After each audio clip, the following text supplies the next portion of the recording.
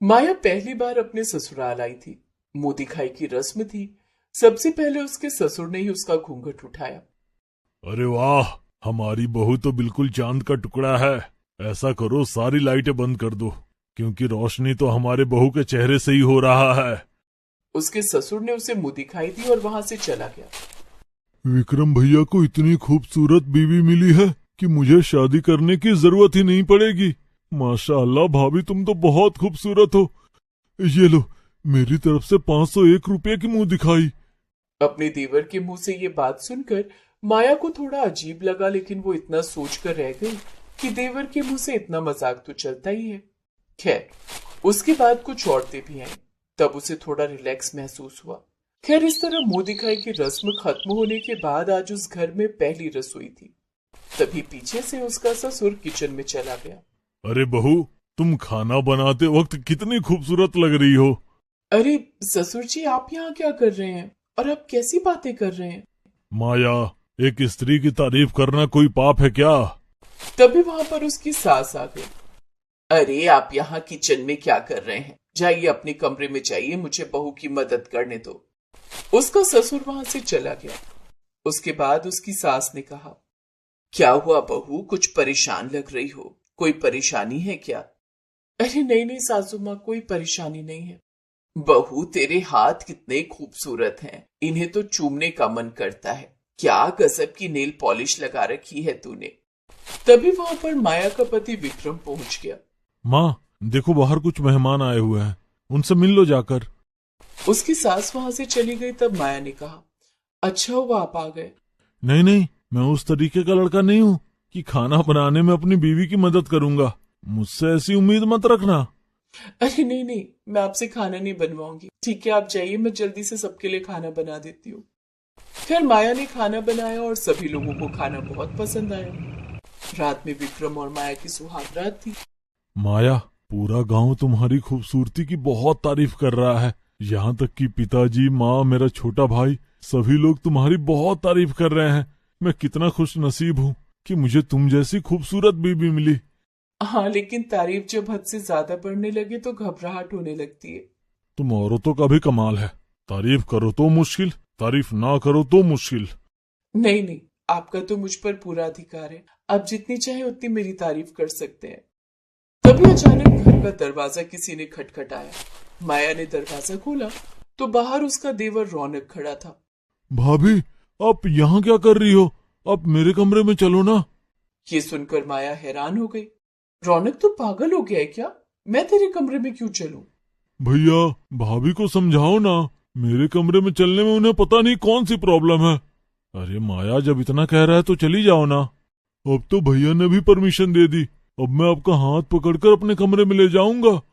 रौनक ने माया का हाथ पकड़ा और सीधा उसे अपने कमरे में लेकर चला गया। कमरे के अंदर जाकर रौनक ने अंदर से दरवाजा बंद कर लिया। देखो रौनक, मुझे ये सब पसंद नहीं है। मैं उस तरह की लड़की नहीं हूँ। तुमने दरवाजा क्यों बंद कर लिया? भाभी, मैंने आप जितनी खूबसूरती कभी नहीं देखी है। मैं 1 घंटा लगातार आपको देखता रहूंगा, फिर आप यहाँ से चली जाना। ये क्या पागलपन है रौनक? मुझे जाने दो, मुझे नींद आ रही है। भाभी, झूठ मत बोलो।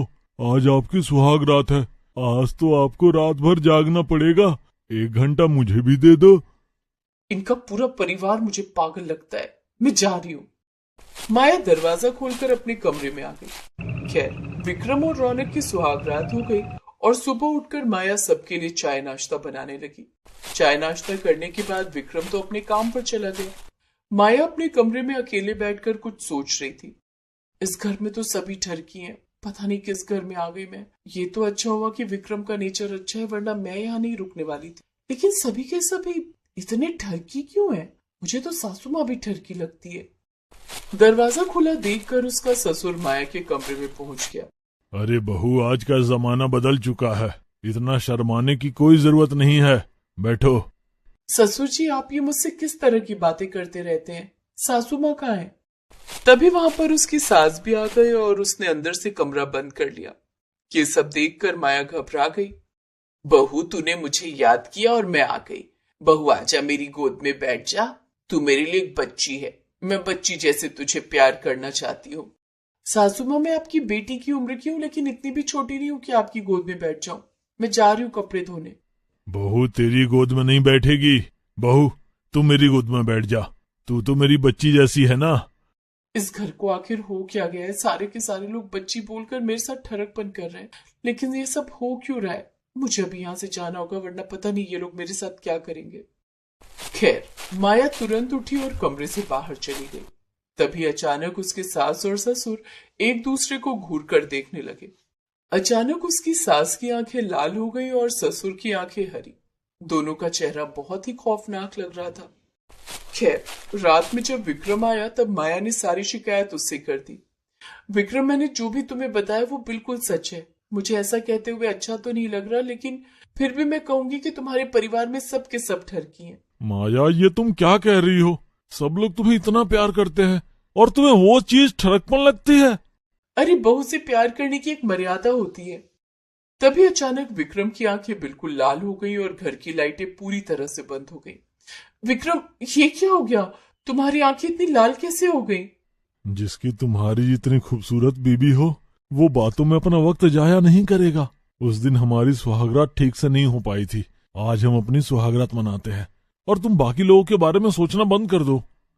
खैर, ये सब अब उस घर का रोज का काम हो गया था। मैं इस बारे में अपने मायके वालों को भी नहीं बता सकती, वरना उन्हें बहुत बुरा लगेगा। बड़ी मुश्किल से उन्होंने मेरी शादी की है, लेकिन मेरे ससुराल वाले इतने अजीब गरीब हरकतें करते क्यों हैं? ऐसे ही दिन बीतते गए। उन लोगों का ठरकपन बढ़ता ही जा रहा था, जिससे माया बहुत परेशान हो गई थी। फिर एक दिन जब माया अपने कमरे की सफाई कर रही थी, तब उसे अपनी अलमारी में एक बहुत पुरानी डायरी मिली। ये डायरी तो बहुत पुरानी लग रही है। ऐसा लग रहा है ये हजारों साल पुरानी है। इसे पढ़ने की कोशिश करती हूँ। माया ने पहले तो उस डायरी को साफ किया, फिर उसे पढ़ना शुरू किया, जिसमें लिखा था, मेरा नाम है बाबा लोलूदास अग्निहोत्री। जो भी इंसान ये डायरी पढ़ रहा होगा उसे मैं बता देना चाहता हूँ, ये डायरी मैंने लिखी है और अब मैं जिंदा नहीं हूँ। इस घर में हजारों साल पहले एक राजकुमार किसी गरीब लड़की को ब्याह कर ले आया था। दोनों की सुहागरात थी, लेकिन सुहागरात मनाते वक्त ही राजकुमारी के पिता ने सैनिकों से कहकर उन दोनों की हत्या करा दी। उनकी सुहागरात बीच में ही रुक गई। दोनों की आत्माएं वासना से भरी हुई थी और उनकी मौत हो गई। इसीलिए इस घर में हर इंसान के अंदर ठरकपन भरा हुआ है। जो भी इंसान नया नया इस घर में आएगा, करीब 2 साल बाद उसके अंदर ठरकपन सवार हो जाएगा। मेरी शादी को तो अभी सिर्फ 6 महीने हुए हैं। इसका मतलब 2 साल बाद मैं भी ठरकी हो जाऊंगी। खैर, आगे पढ़ती हूँ। आगे उस डायरी में लिखा था, अगर इन आत्माओं को मुक्ति नहीं मिली तो उन दोनों वासना से भरी आत्माओं का असर इस घर में रहने वाले हर सदस्य के ऊपर पड़ता रहेगा। सबके सब दिन ब दिन ठरकी बनते जाएंगे। इसका उपाय ये है कि यहाँ से 20 किलोमीटर दूर एक बहुत घना जंगल है। उस जंगल में बहुत खतरनाक जानवर रहते हैं। कई लोगों ने उस जंगल में जाने की कोशिश की, लेकिन अपनी जान से हाथ धो बैठे। इसलिए ये घर अभी तक ठरकी है। उस जंगल के अंदर एक अघोरी बाबा रहते हैं। उनको ये डायरी दे देना। उसके बाद वो अघोरी बाबा इस घर में आकर हवन करेंगे, जिससे उन वासना से भरी आत्माओं को शांति मिल जाएगी। फिर इस घर में रहने वाली सभी सदस्यों के अंदर से ठरकपन हमेशा के लिए खत्म हो जाएगा। एक बात और, जो भी व्यक्ति ये डायरी पढ़ रहा है वो अकेला ही उस जंगल में जा सकता है। ये डायरी किसी और को मत पढ़ाना, क्योंकि सभी के अंदर उन आत्माओं का वास हो चुका है। अगर मैंने जल्दी से इन वासना से भरी हुई आत्माओं को मुक्ति नहीं दिलाई तो मेरे ससुराल वाले और भी ज्यादा ठरकी हो जाएंगे। मैं कल ही उस जंगल जाऊंगी ये डायरी लेकर। अगले दिन ही दोपहर के वक्त माया ने अपने किचन से एक बड़ी सी चाकू उठाई और जंगल में पहुंच गई। जंगल में से बहुत सारे जानवर मिले, जिससे माया ने खूब लड़ा और आखिर में अघोरी बाबा की कुटिया पर पहुंच गई। उसने उन्हें वो डायरी दिखा दी। तुम बहुत हिम्मत वाली हो बेटा। आज तुम्हारी वजह से 2 आत्माओं को मुक्ति मिलने वाली है। चलो, मुझे अपने घर ले चलो। माया उस अघोरी बाबा को लेकर अपने घर आ गई। सारे लोग बाबा को देखकर हैरान हो गए और सबकी आंखें गुस्से से लाल हो गईं, क्योंकि वो आत्माएं सभी के अंदर विराजमान थी। बाबा के हवन करने के बाद दोनों आत्माएं उस घर से निकल गई। उसके बाद सभी लोग माया की इज्जत एक बहू की तरह ही करने लगे। सभी के अंदर का ठरकपन हमेशा हमेशा के लिए खत्म हो गया। निखिल और आयुषी अपनी कार से रात में कहीं जा रहे थे। निखिल कार ड्राइव कर रहा था, तभी अचानक आयुषी को सुसु लगाई। निखिल, मुझे बहुत जोर की सुसु आई है। आयुषी, घर चलकर कर लेना, यहाँ चारों तरफ जंगल है, यहाँ कोई वॉशरूम तो है नहीं। तब तक तो निकल जाएगी, जल्दी कुछ करो ना वरना मैं कार में ही कर दूंगी। नहीं नहीं रुको, मैं गाड़ी साइड में लगाता हूँ, यही रोड के किनारे तुम सुसु कर लो। आयुषी कार से बाहर निकली और वहीं सड़क के किनारे बैठकर सुसु करने लगी। वो काफी देर तक सुसु करती रही लेकिन उठने का नाम ही नहीं ले रही थी। अरे हो गया क्या?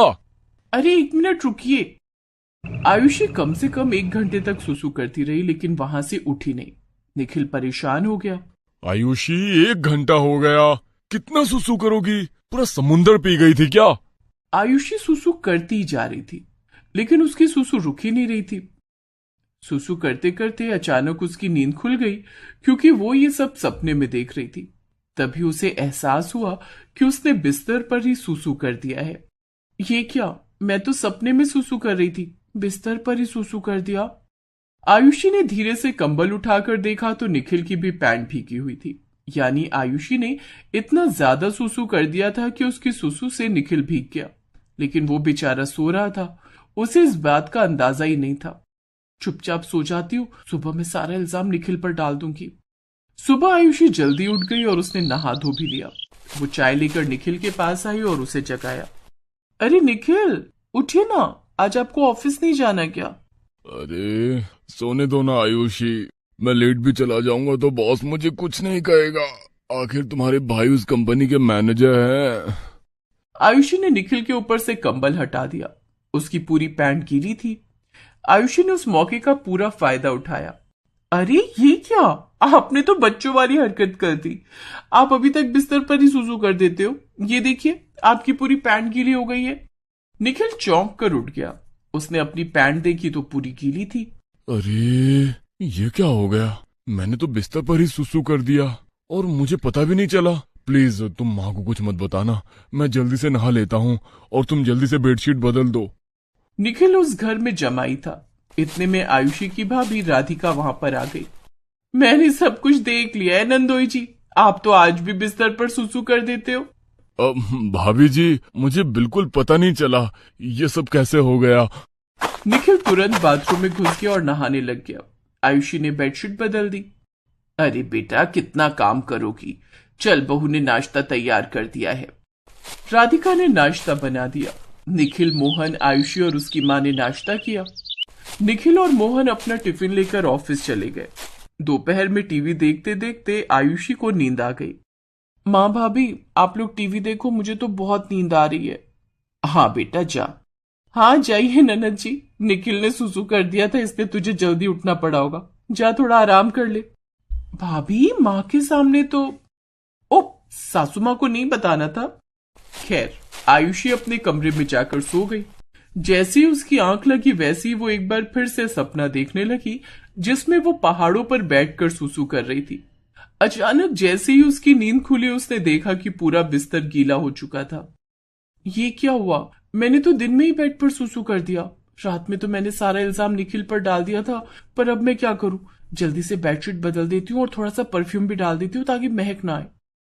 आयुषी ने जल्दी से बेडशीट एक बार फिर से बदल दी और पूरे बेड पर परफ्यूम भी डाल दिया। इतने में उसकी माँ उसके कमरे में आ गई। अरे आयुषी, तू तो यहाँ सोने आई थी, ये बेडशीट क्यों बदल दी तूने? अभी सुबह ही तो बदली थी। अब आयुषी को समझ में नहीं आ रहा था कि वो अपनी माँ को क्या जवाब दे, लेकिन किसी तरह उसने बात को संभाला। वो माँ, इस बेडशीट से बहुत बदबू आ रही थी इसलिए मैंने चेंज कर दी। ठीक है, इसमें घबराने वाली क्या बात है बेटा, मैं तो तुझे ये बताने आई थी कि पड़ोस की तेरी निर्मला काकी आई हुई है। वो बोल रही हैं कि तेरी बेटी के हाथ की चाय और पकौड़ी खानी है। हाँ माँ, आप लोग गप्पे मारो, तब तक मैं चाय और पकौड़े बनाकर लाती हूँ। आयुषी उन लोगों के लिए चाय पकौड़े बनाकर लाई। तभी अचानक आयुषी की माँ ने कहा, अरे तुमको पता है, मेरा दामाद तो अभी भी बच्चा है, कल रात उसने बेड पर ही सुसु कर दिया। सुसु तो मैंने किया था, लेकिन मेरी वजह से निखिल की बेइज्जती हो रही है। अब काकी ये बात पूरे गांव में बता देंगी। अरे माँ, ये बात आप काकी को काहे बता रही हो? निखिल बड़े हो गए, अगर उन्हें पता चला तो वो क्या सोचेंगे? अरे आयुषी, काकी पराई थोड़ी ना है, ये तो अपनी है। खैर, रात हो गई और निखिल अपने घर वापस लौट रहा था। निखिल जैसे ही घर पहुंचा तभी पड़ोस की एक चाची ने उसे रोकते हुए कहा, अरे दामाद जी आ गए काम से? हाँ चाची, बस आ ही गया, घर ही जा रहा था। आप बताइए छोटू कैसा है? छोटू तो ठीक है निखिल, वो भी काफी समझदार हो गया है। अब तो वो बिस्तर पर सुसु भी नहीं करता, और तू इतना बड़ा हो गया है, फिर भी आज भी बिस्तर पर सुसु कर देता है। अरे चाची, ऐसा कुछ नहीं है, ये आप क्या कह रही हैं? अरे बेटा, मुझसे कैसा शर्माना, शर्माओ मत, जाओ अपने घर जाओ। निखिल घर आते ही आयुषी पर टूट पड़ा।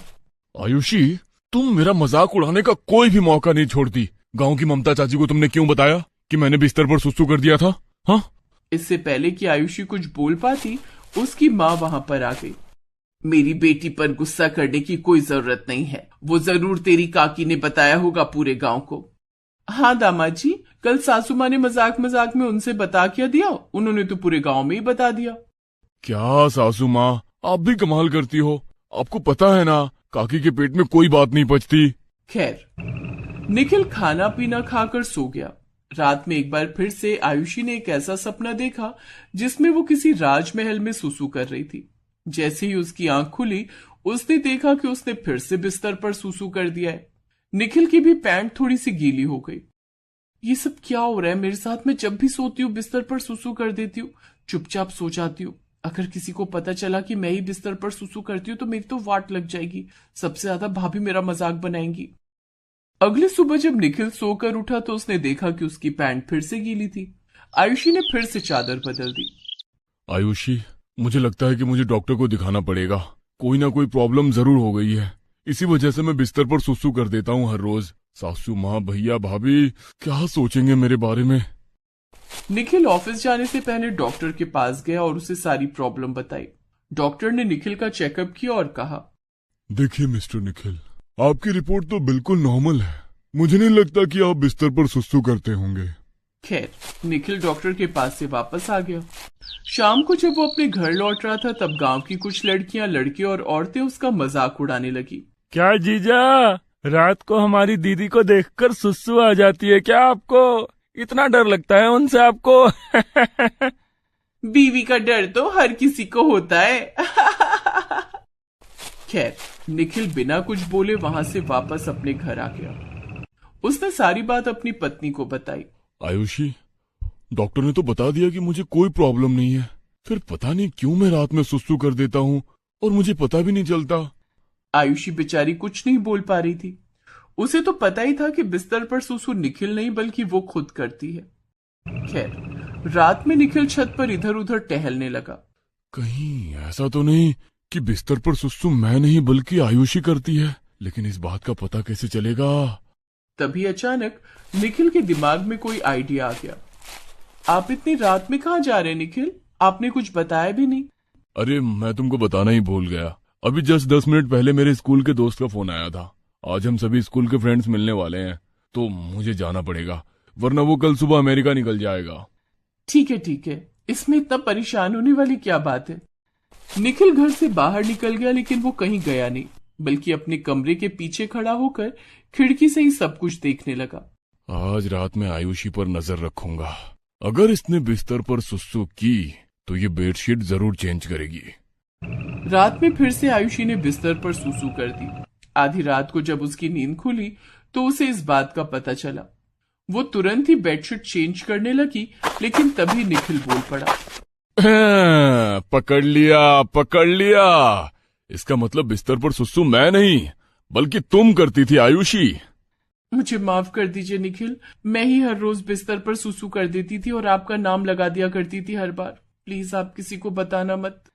अरे नहीं बताऊंगा यार, तुम कल मेरे साथ डॉक्टर के पास चलना, सब ठीक हो जाएगा।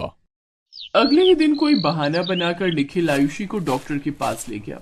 डॉक्टर ने जब उसकी जांच की तो पता चला कि उसकी किडनी में कोई प्रॉब्लम थी, जिस वजह से वो जैसे ही पानी पीती थी वैसे ही थोड़ी देर बाद उसे सुसु लगाती थी। डॉक्टर ने उसे दवाई दी और उस दिन से ही आयुषी का बिस्तर पर सुसु करना हमेशा